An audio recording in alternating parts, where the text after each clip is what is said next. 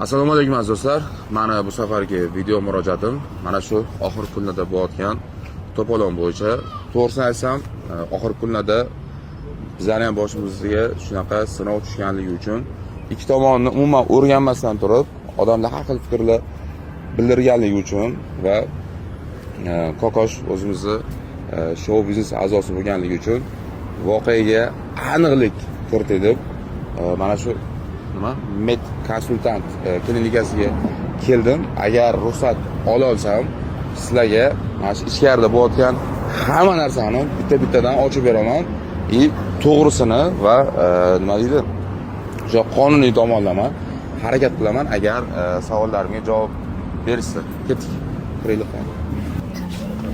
Assalomu alaykum.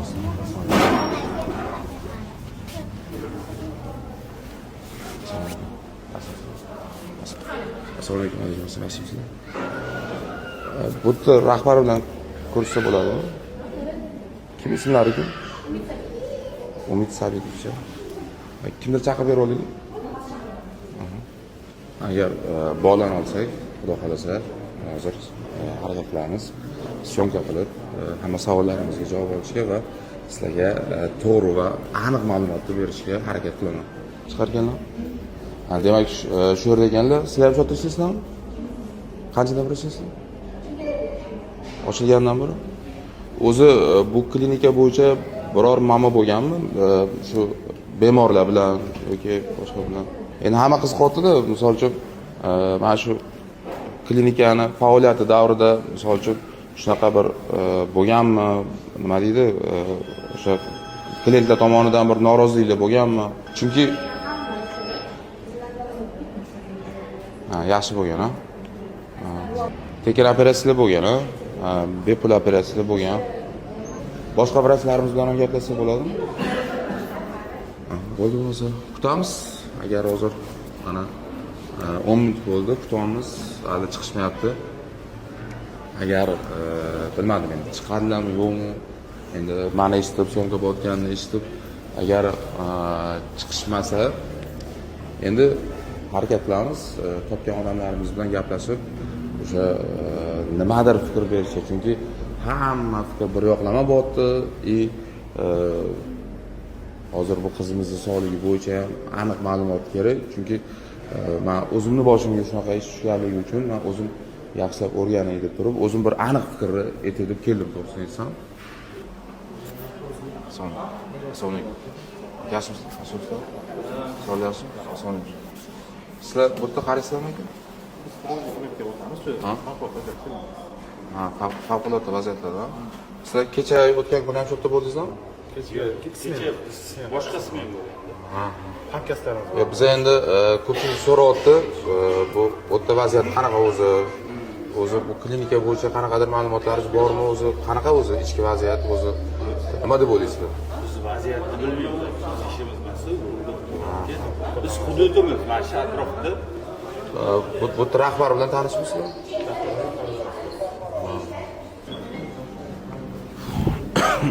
Mana 10 minut bo'ldi. Agar yana 5 minut kutamiz, 10 minut kutamiz, bo'lmasa kirib Kokosh o'zi bilan video olib, yana sizlarga to'lig'ini qo'yaman. Lekin harakat qilamizki, mana shu klinikaning rahbariyati bilan hozir bog'lanishga. Chunki bog'lanmasak ham bo'lmaydi. Nima qilib, chunki to'g'ri ma'lumotni, to'liq ma'lumotni baribir kimdir chiqib aytish kerak.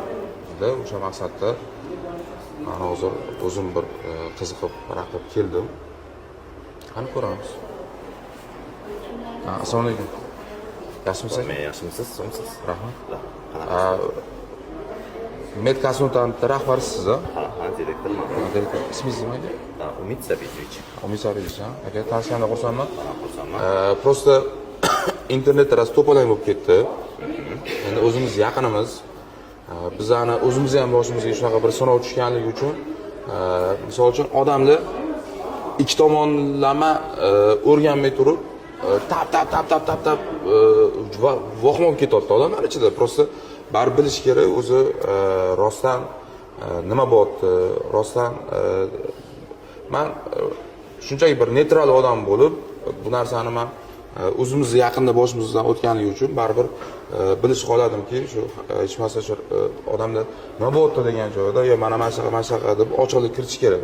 Shu yerda gaplashaveramiz yoki bir kiramiz? Xonaga kirsa bo'ladi. Ha, bo'ladimi? Yaxshi bo'lardi. Endi kim qanaqa fikrda bo'ladi, kimdir negativ, kimdir to'g'ri qildingdir, kimdir noto'g'ri qilding deyishi mumkin. Lekin baribir originalni to'g'ri fikrni kimdir aytish kerak. Shu uchun men ikki tomon ham tanish, ikki tomon ham misol uchun bu yerda ikki tomon ham deganim Kokosh ham tanish, Abbos xo'ja o'zimni ukam shu masalaga aralashib qo'ygan. Men aytdim, men anig'ini bilib, men bu bo'yicha video qilib qo'yaman degan bir xulosaga keldim. Bo'lib ketdi. Men to'g'risini aytsam, internetda chiqayotgan ma'lumotlarga ishonmayman. Endi bitta narsa aniq, qizimiz endi shu yerda davolanyapti. Qanaqa ahvolda, keyingi ahvoli bo'yicha baribir rasmiy ma'lumot kerak. Chunki ichki ishlar tomonidan, mana shu klinika tomonidan baribir chunki men bilmayman-da, chunki hozir gapirayotgan odamlar kimdirdan eshitgan narsasi, eshitmagan narsalari o'zini shaxsiy xusumati uchun ham gapiradigan odamlar deb o'ylayman-da. Shu uchun endi mana shu klinikani faoliyati davomida siz necha yillik tajribaga ega bo'lasiz? Xudo xolasa 24 yillik tajribaga. 24 yillik tajribaga egasiz. Klinika faoliyat davomida bemorlar tomonidan noroziliklar qay darajada bo'lgan? Faqat to'g'risini aytish kerak. Ertaga kimdir baribir chiqadi-da bu narsa bo'yicha-da. Endi agar norozilikchilik yoki asorat, o'lim holatlari deydigan bo'lsa, o'lim holatlari bo'lmagan. Bo'lmagan. Asorat sifatida ikkilamchi jarohat bitish ehtimoli hamma klinikada, любой davlat muassasasida bor. Bunaqa holatda sanoqli bitta ikkita bo'lgan bo'lishi mumkin, lekin bular hammasi o'zimiz oxirigacha davolab chiqarganmiz. Demak, qizimiz proteziya qilmaganida, jalba qilmaganida, demak qanchadir vaqtda chiqib ketadi demoqchisiz. To'ppa-to'g'ri. Hozir bularning ahvollari unaqa o'limga olib boradigan, sog'liqqa jiddiy zarar yetkazadigan muammo yo'q. Men o'zim o'shaning uchun hayron bo'lib qoldim. Yo'q, shu darajagacha kelganicha xo'p shu narsani gapga tushuntirish bo'lmadi. Boshida tushuntirdi, hammasini to'g'ri tushundilar. Shu gideta 5-6 kun oldin bitta blogermi u, bilmayman kim bo'ladi, bir ayol kishi keldi. Bemorimiz bilan suhbat o'tkazgandan keyin, masalan, Kokosh menga do'stdek bo'lib qoldi. Do'st murojaat qildi. Demak, o'zi ham inson sifatida yaqindan tanishgansiz, to'g'rimi? Ha, mana undan oldin tanimasdim, shu klinikada tanishdik. Mana shu operatsiya jarayonida va undan keyingi mana shu bir oyning ichida yaqindan tanishgansizlar, to'g'rimi? To'ppa-to'g'ri. O'zingiz ham muloqotda bo'lgansizlar? To'ppa-to'g'ri. Bo'sh qoldim deguncha, har kuni emas, через день, через два kirib turardim oldilariga, xabar olib, qarab, aniq qilishga. O'sha ayol kelgandan keyin hamma narsa 180 gradusga o'zgarib ketdi. Men tushuna olmadim. Kimligini bilasizmi? Bir nima bo'pti o'zi baribir bilish kerak-da. Bir narsa Aripova degandek qilishdi. Bilmayman anig'ini, otlarini bilmayman, men ko'pchilikni juda tanimayman.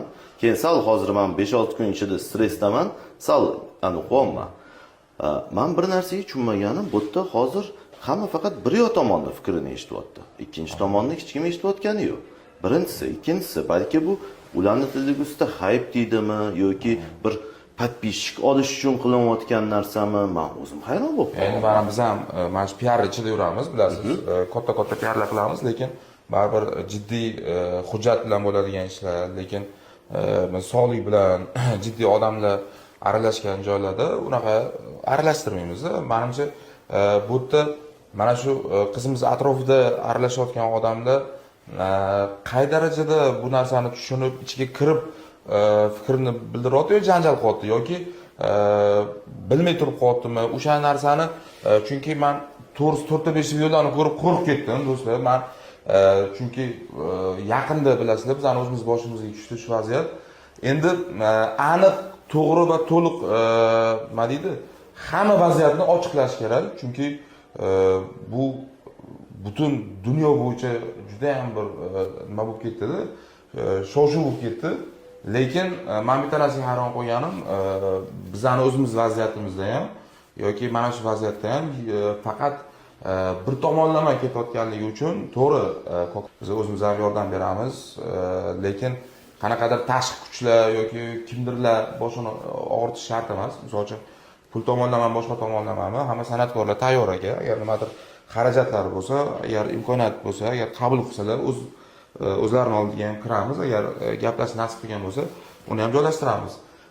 Endi demak, klinikani faoliyati davomida hali bir jiddiy kimdir yozish chiziq qilib yoki qanaqadir shov-shuvli bir negativli nimadir bo'lmagan. Bunaqa shov-shuvli holatga birinchi marta tushib qoldim. Umumiy olganda nechta odam ishlaydi bu yerda? Xo'p, o'rtacha hisobda meditsina hamma xodimlarni hisobga oladigan bo'lsa, 30 dan oshiq. Demak, 20-30 dan ortiq jamoa ishlaydigan katta kollektiv klinika. Hozir menga aytishdiki, juda ham ko'p tekinga onaxonlarimiz, ayollarimizga bir qanaqadir muolajalar, operatsiyalar qilingan ekan. Shu rostmi? Bu rost.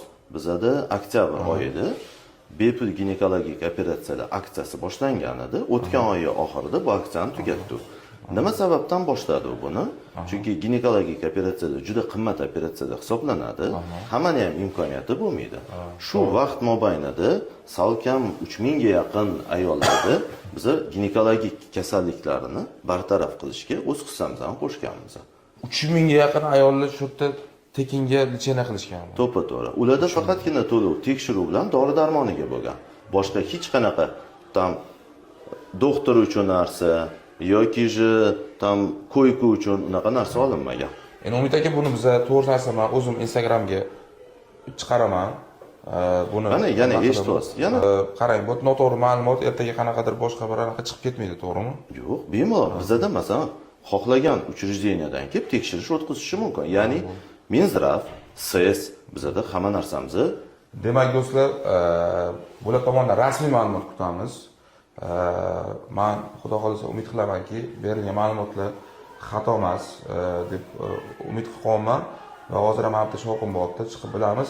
Aka, jamoani ichidan 5-6 vrachlar bilan litsenziyasi hujjatlari bo'yicha bir ko'rib qanaqadir muxlislarimizga shu narsalarni ko'rsatish imkoniyati bor. Bemalol, xohlagan vrachga kirib, aniq qilish. Demak, hozir mana Umid aka ruxsatlari bilan men 4-5 vrachlar bilan gaplashaman. Imkon bo'lishi bilan Kokosh o'zi bilan video joylashtiraman. Kuzatishda davom eting. Demak, bu kishi plastik jarrohimiz. Plastik Aynan Kokoshni shu eng shunaqa jarrohimizga odamga olgan. Assalomu alaykum. Aka, yaxshimisiz? Yaxshi qolyapsiz? Yaxshimisiz? Aka, ming bor uzr, mana shu hozirgi bo'layotgan voqealar bo'yicha bir 2-3 savolim bor edi. Mana shu shundoq taqsim bo'ladimi? Yaxshimi shundoq? Taqsim. Shokir aka, tanishganimdan xursandman. Ming bor uzr, bezovta qildik. Men endi to'g'risini aytsam, u qizimiz bizga yaqin, lekin muxlislarimiz baribir bilasiz, negativchilar ko'p. Meni o'zimni ham yeb tashlashadi har doim. Agar bizga ruxsat bersa, agar muxlislarimizga neytral bor narsani aytishga dedim, birinchi navbatdagi qizimiz yaxshi bo'lib ketishi kerak. Endi menimcha sizlar uchun ham shunaqa. Lekin baribir voqea bo'yicha hech kim bir to'g'ri yoki to'liq ma'lumotni aytmayapti. Men bilaman, chunki sizlar tomonidan nima uchun hech kim chiqib bir qanaqadir sabablar yoki qanaqadir nima sizlar tomonidan xato o'tdimi, bu nima chiqib kimdir gapirmayapti? Yo'q, biz 3-mart kuni shu Komila ismli bemorimizni to'g'risi bu klinikaga murojaat qilib kelgan, semizligi bo'yicha, ozgina vazn tashlash bo'yicha murojaat qilib kelgan. 3-mart kuni to'g'risi Gulistonda ishlayman, o'zi asosiy ish joyim. Taklif tushdi menga. Operatsiyasini qilib berasizmi deb turib, 3-mart kuni to'g'risi tayyorlab turib, hamma standart analizlar asosida, reanimator, anesteziolog, qo'shimcha mutaxassislar, kardiolog ko'rigi asosida tayyorlab 3-mart kuni operatsiyaga olingan. Operatsiya abdominoplastika va 360 gradusli liposaksiya amaliyoti bajarilgan. Bemorda operatsiya amaliyoti to'laqonlicha o'tgan, hech qanday asorat bo'lmagan. hayotiy ko'rsatmalarga asosan to'g'risi Tamitak bo'yicha abdominoplastika amaliyoti o'tkazildi. Operatsiya oldida и operatsiya davomida ham operatsiyadan oldin tushuntirildi bemorga bo'lishi mumkin bo'lgan asoratlar yoki natijalar haqida. Endi abdominoplastikani o'ziga yarasha masalan erta-kech asoratlari bo'ladi baribir. Har qanday taxsisda o'ziga yarasha anaqa asorati bo'ladi. O'sha asoratlari haqida ma'lumot berilgan. 3-mart kuni abdominoplastika liposaksiya amaliyoti taxsisi bajarildi. Taxsis amaliyoti to'laqonlicha и asoratsiz o'tdi. Abdominoplastikani masalan asoratlariga keltirgan bo'lsak, erta-kech asoratlariga masalan qon ketib qolishi kiradi, seroma yig'ilib qolishi kiradi yoki chok joylaridan qo'yib yuborish kiradi. Yoki to'g'risi kech asoratlariga masalan nekrotik holatlar ham kuzatiladi. Teri sohasida o'shanday holat masalan qizimizda kuzatildi.